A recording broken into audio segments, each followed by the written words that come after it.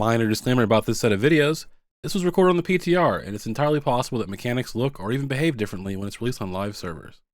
In addition, for these last two videos, I was unable to get any footage of the later phases. I will still talk about the mechanics in later phases, but it won't be accompanied by footage. I will also not be talking about the myth mechanics of these fights, as by the time most people reach them, there will be better resources available. Muggsy is a fight that went through some pretty rough testing, as this boss has a ton of mechanics and is super punishing if you do it wrong.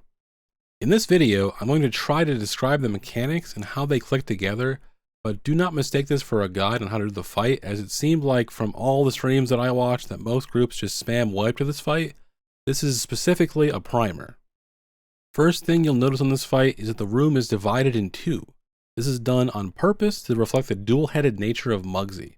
You will get two completely different set of mechanics depending on which side you're on when one of Mug or Z becomes the head honcho.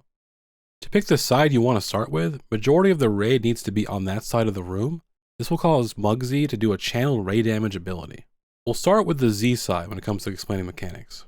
Z's tank mechanic is called Double Whammy Shot. He will target a random player and begin casting. When the cast finishes, he will deal a huge amount of physical damage to the closest player and apply a huge bleed. This will deal a ton of raid damage based on how much damage mitigation the closest player had when they soaked. Z will summon Mark II Electro Shockers. These are stationary adds that when they reach 80% HP will be stunned and take 100% increased damage for 8 seconds. Otherwise, they'll just shoot random players with a chain lightning effect. He will then begin to summon unstable crawler mines that will walk towards random players' locations before they arm themselves and become active. Once active, they will fixate on a random player and walk towards them, and if any player touches them, it will deal big damage to that player and then spawn 5 soak circles. If any of the circles are unsoaked, it is a raid wipe. Also, any player who soaks one of these mines will get a debuff, drastically increasing the damage they take from soaking these mines for a minute. The crawler mines themselves are also immune to all damage and slowly gain energy. If they reach full energy, they become immune to CC entirely and gain 200% movement speed. Z will summon a Volunteer Rocketeer, which will cast Goblin Guided Rocket on a random player. This is a group soak that will leave a void zone in its place afterwards. Any crawler mines that are hit by the initial soak will explode. You need to have at least 5 players soak this, otherwise it will deal huge damage to all players. Usually you will do a set of these 3 mechanics as they happen back to back to back, and then you'll move towards the other half of the room as Muggsy gains a stacking damage buff the longer they remain in one zone. When you swap zones, they'll lose 10 stacks of this damage buff. If they remain in a zone for too long and as a result reach 100 energy, they will start channeling Double-Minded Fury and wipe your raid. Hello, editor's note, I don't have footage of the Enrage, but I also forgot to mention one of Z's mechanics, Spray and Pray.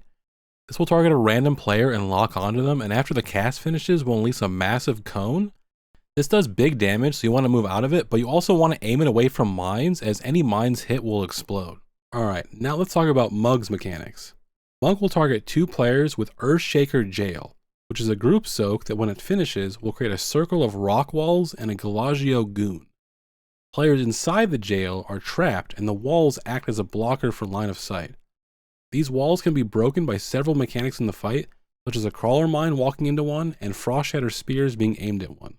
The players inside the jails will want to focus down the Galagio goon ad, but be careful as he will spam cast a frontal at the highest threat target that you'll need to avoid.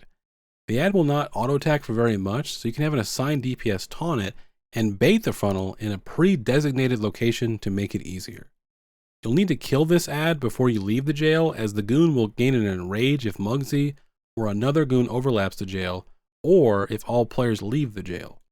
The goon will also explode when he dies, so you want to have an escape route for when it is killed. You also cannot leave the goon alone, because he has an interrupt called Pay Respects, where he will channel on Muggsy and give them a stacking absorb shield. Shortly after the jails go off, Mug will mark several players with Frost Shatter boots. This will give those players slidey ice movement and begin aiming a Frost Shatter spear at them. You'll want to discern where your spear is being aimed from and put the blue arrow indicators such that it will hit a jail wall. Otherwise, if the spear hits you, it will kill you. Storm Fury Finger Gun will create a narrow cone baited towards a random player that will deal a bunch of damage and create an area on the ground that will stun you if you stand in it. Mug's tank mechanic is called Molten Gold Knuckles. This is a frontal cone aimed at the current threat target that will deal a bunch of physical and fire damage, knock them back, as well as apply 30 stacks of golden drip. Moving when you have this debuff will cause gold pools to spawn behind you that last 3 minutes. These pools do a bunch of damage and slow players who touch them, so you want to try to place them along the wall to conserve space. That about covers the mechanics in Phase 1. I don't have any footage of Phase 2 as mentioned earlier, but at 40% HP, Mugsy will start a big damage channel that will destroy any remaining jails and crawler mines, and then start Phase 2. In Phase 2, they have Bloodlust, 30% haste, but in this phase, the big change is that both Mug and Z are the head honcho at all times. This means they have access to both sides' abilities at once. This is sure to cause a lot of chaos, as there will be a lot on your mental stack, but hopefully you're familiar enough with the mechanics from Phase 1 that it isn't too much. There won't be a TLDR for this one, as I'm not sure how you're going to deal with these mechanics, so I'd just like to say thank you for watching, and I'll see you next tier.